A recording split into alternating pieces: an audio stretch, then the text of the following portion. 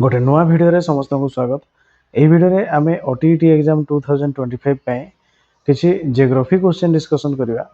तो यही video helpful हम जो टीचर मैंने स्पेशल ओटीईटी देवाई आशायी अच्छा तो आम किसी सिलेक्टिव क्वेश्चन डिस्कसन करवा और तार आंसर कौन हम देखी ना। तो क्वेश्चन नंबर 1 धान उत्पादन रे भारतर स्थान डैश प्रथम ना द्वितीय ना तृतीय ना पंचम। तेज धान उत्पादन में भारतर स्थान हूँ द्वितीय आउ चीन हूँ प्रथम और भारतर स्थान द्वितीय ऑप्शन बी राइट आंसर। या 2 नंबर कपा चाष निमंते केते वृष्टिपात अनुकूल होता है। कपा चाष वृष्टिपात केते हमर अनुकूल हम तो ऑप्शन रे अछि 100 रु 150 ना 80 रु 130 ना 60 रु 100 ना 32 रु 54 सेंटीमीटर वृष्टिपात दरकार। तो यार आंसर हो कौन ना 60 रु 100 सेंटीमीटर वृष्टिपात दरकार ऑप्शन सी हो राइट आंसर। या 3 नंबर प्रतीप वातावर्त ताहा कौन एक तीव्र लघुचाप ना उभय गोलार्धरे घंटा कंटार घूर्णन दिगरे वायु बहे ना एहा द्वारा पाग परिष्कार रहे ना एहार व्याप्ति अधिक और वातावर्त ठारू अधिक दिन रहे। से देइछि उपरोक्त केउ उक्तिटी ठीक से गुड़िक कौटा ठीक कही फास्ट ए रे फास्ट आई सेकेंड आई और आई भी ठीक बी रे डबल आई थर्ड आई भी ठीक सी रे ट्रिपल आई भी ठीक ना डी रे फास्ट आई और सेकेंड आई ठीक। तेरे प्रतीप वातावर्त कौन प्रतीप वातावर्त कौन ना सी हूँ कौन यह द्वारा पाग परिष्कार एवं यार व्याप्ति अधिक और वातावर्त ठारू अधिक दिन रही दुईटा ठीक। तेणु ऑप्शन सी थर्ड आई और आई भी ऑप्शन सी हो राइट आंसर। या 4 नंबर काल बैशाखी द्वारा होउथिबा वृष्टिपात केउ फसल पाई अनुकूल होता है। गहम ना झोट ना झोट चा ना गहम और चा काल बैशाखी जो खरा दिन जो काल बैशाखी होता है कौन अनुकूल होता है ना हूँ झोट चाष और चा चाष तेणु ऑप्शन सी हो राइट आंसर।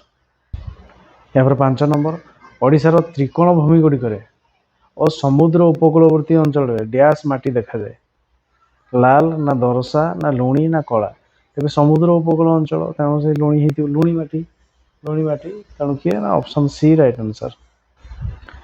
या 6 नंबर राउरकेला लौह इस्पात शिल्प निम्नोक्त केउ देशर सहायतार स्थापित होती ब्रिटिश ना रूसिया ना जर्मनी ना युक्तराष्ट्र अमेरिका।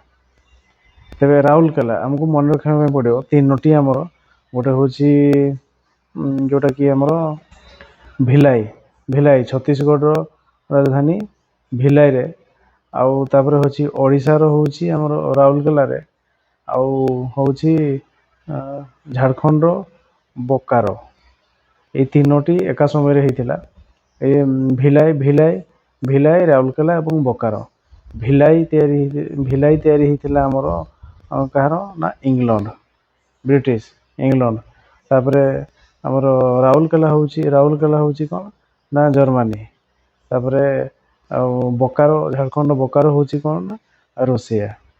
तो जमीती जदि आम देखा दिग अनुसार आग हूँ भिलाई तापर को जीवा राउरकेला तापर को जीवा बोकारो सेमती आग इंग्लैंड तापर जीवा जर्मनी तापर जीवा रूसिया एमती होता। तेज आमर हूँ राउरकेला कहा टेक्नोलोजी होती सी हूँ जर्मन टेक्नोलोजी जर्मन ऑप्शन सी हो राइट आंसर। या 7 नंबर ओडिशार केउठारे एल्युमिनियम कारखाना नालको स्थापित होती करबा ना राउरकेला ना बालेश्वर ना अनुगुल। तेज नालको एल्युमिनियम कारखाना अनुगुल रे ऑप्शन डी हो राइट आंसर। या 8 नंबर ओडिशार केउ स्थान रे सामरिक क्षेत्र में नियोजित विमान इंजिन तैयारी कारखाना प्रतिष्ठित होती भुवनेश्वर ना कटक ना सुनाबेड़ा ना चौदुआरे। तेज सुनाबेड़ा आमर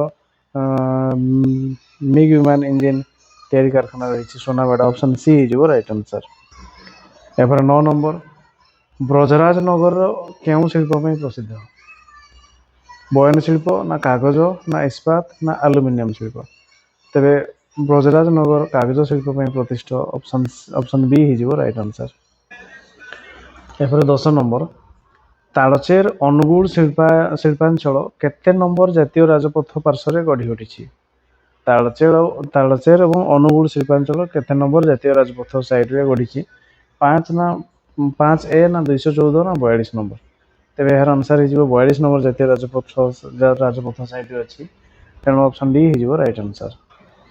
ଏହାପରେ 11 ଓଡ଼ିଶାର କେଉଁଠାରେ ଏକ ଫେରୋମାଙ୍ଗାନିଜ କାରଖାନା ଅଛି? ଯାଜପୁର ରୋଡ ନା ଯୋଡା ନା ବିଲେଇପଦା ନା ଚୌଦ୍ୱାର? ଫେରୋମାଙ୍ଗାନିଜ କାରଖାନା। ଫେରୋମାଙ୍ଗାନିଜ ହେଉଛି ଆମର ଯୋଡାରେ, କେଉଁଝର ଯୋଡାରେ। ଅପସନ୍ ବି ହେଇଯିବ ରାଇଟ୍ ଆନ୍ସର। ଏହାପରେ 12 ନମ୍ବର ବିଲେଇପଦା ଠାରେ ଇପି ଟାଟା ସଂସ୍ଥା ଦ୍ୱାରା ନିମ୍ନୋକ୍ତ କେଉଁ ଶିଳ୍ପ କାରଖାନା ସ୍ଥାପିତ ହୋଇଛି? ଫେରୋମାଙ୍ଗାନିଜ ନା ଭାରି ଜଳ ନା ସ୍ପଞ୍ଜ ଲୁହା ନା ଲୌହ ଇସ୍ପାତ? ବିଲେଇପଦା ଠାରେ ସ୍ପଞ୍ଜ ଲୁହା କାରଖାନା ଅଛି। ସ୍ପଞ୍ଜ ଲୁହା, ଅପସନ୍ ସି ରାଇଟ୍ ଆନ୍ସର। ଏହାପରେ 13 ନମ୍ବର ଏକ ବୃହତ ତାପଜ ବିଦ୍ୟୁତ କେନ୍ଦ୍ର ନିମ୍ନୋକ୍ତ କେଉଁ ସ୍ଥାନରେ ସ୍ଥାପିତ ହୋଇଛି?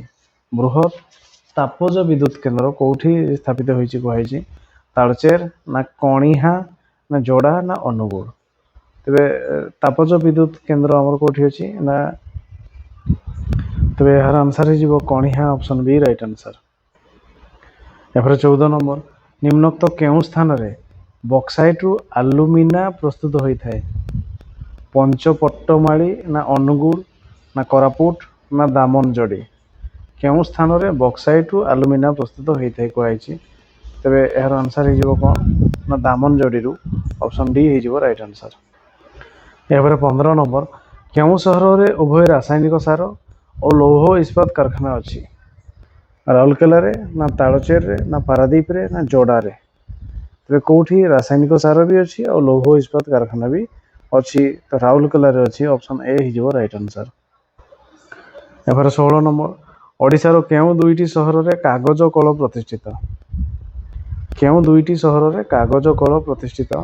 ଚୌଦ୍ୱାର ରାଉରକେଲା ନା ବ୍ରଜରାଜ ନଗର ଅନୁଗୁଳ ନା ରାୟଗଡ଼ା ବ୍ରଜରାଜ ନଗର ନା ଚୌଦ୍ୱାର ତାଳଚେର? ତେବେ ଏହାର ଆନ୍ସର ହେଇଯିବ କ'ଣ ନା Rayagada Brajarajnagar. Option C right answer. ତାପରେ 17 ନମ୍ବର ସିମେଣ୍ଟ କାରଖାନା ପାଇଁ କେଉଁ ଦୁଇଟି ସହର ପ୍ରସିଦ୍ଧ? ବ୍ରଜରାଜ ନଗର ଆଉ ବରଗଡ଼ ନା ରାୟଗଡ଼ା ଆଉ ବରଗଡ଼ ନା ବରଗଡ଼ ଆଉ ରାଜଗାଙ୍ଗପୁର ନା ରାଜଗାଙ୍ଗପୁର ଆଉ ଯାଜପୁର ରୋଡ? ତେବେ ସିମେଣ୍ଟ କାରଖାନା ପାଇଁ କେଉଁ ଦୁଇଟି ସହର ପ୍ରସିଦ୍ଧ?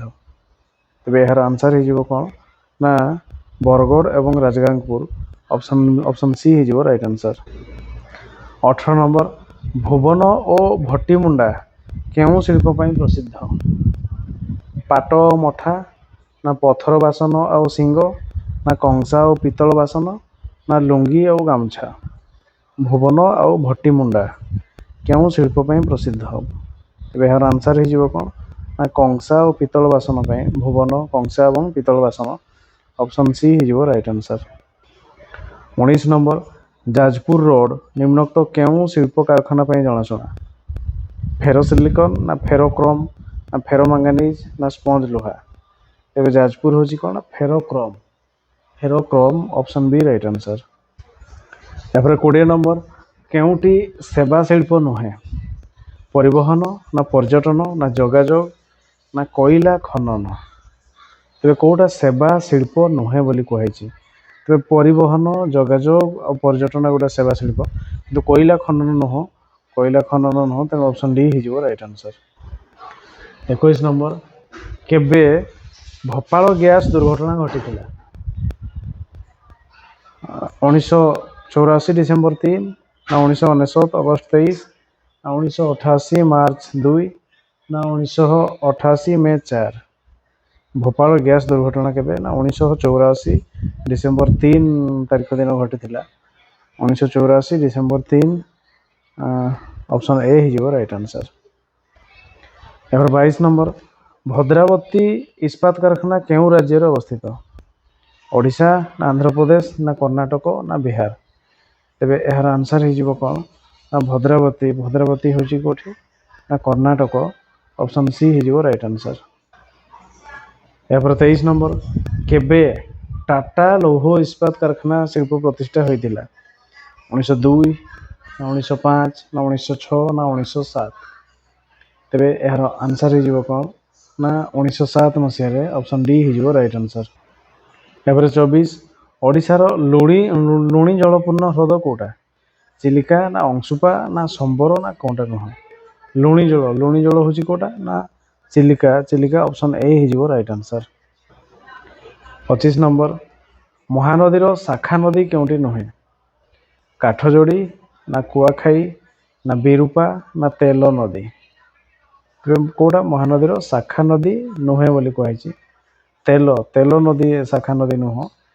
ତେଣୁ କାଠଯୋଡ଼ି କୁଆଖାଇ ବିରୂପା ଏଗୁଡ଼ା ସବୁ ଶାଖା ନଦୀ, ତେଲ ନଦୀ ନୁହଁ। ଅପସନ୍ ଡି ହେଇଯିବ ରାଇଟ୍ ଆନ୍ସର। ତେଲ ନଦୀ ଉପନଦୀ, ମହାନଦୀର ଉପନଦୀ ତେଲ ନଦୀ, ତେଣୁ ଅପସନ୍ ଡି ହେଇଯିବ ରାଇଟ୍ ଆନ୍ସର। ଏହାପରେ 26 ନମ୍ବର ଚିଲିକା ମଧ୍ୟସ୍ଥ ପାହାଡ଼ କେଉଁଠି ନୁହେଁ? ଚିଲିକା ହ୍ରଦ ମଧ୍ୟସ୍ଥ କୋଉଟା ପାହାଡ଼ ମଧ୍ୟରୁ କୋଉଟା ଚିଲିକାରେ ନାହିଁ ବୋଲି କହିଛି? ପାରିକୁଦ, ମାଲୁଦ, କାଳିଜାଇ ଆଉ ଋଷି ପର୍ବତ। ତେବେ ଯଦି ଆମେ ଦେଖିବା ତେବେ କ'ଣ ରହିଛି ନା ପାରିକୁଦ, ମାଲୁଦ, କାଳିଜାଇ ଏଗୁଡ଼ା ସବୁ ଚିଲିକା ମଧ୍ୟରେ ଥିବା ପାହାଡ଼, କିନ୍ତୁ ଋଷି ପର୍ବତ ନୁହଁ।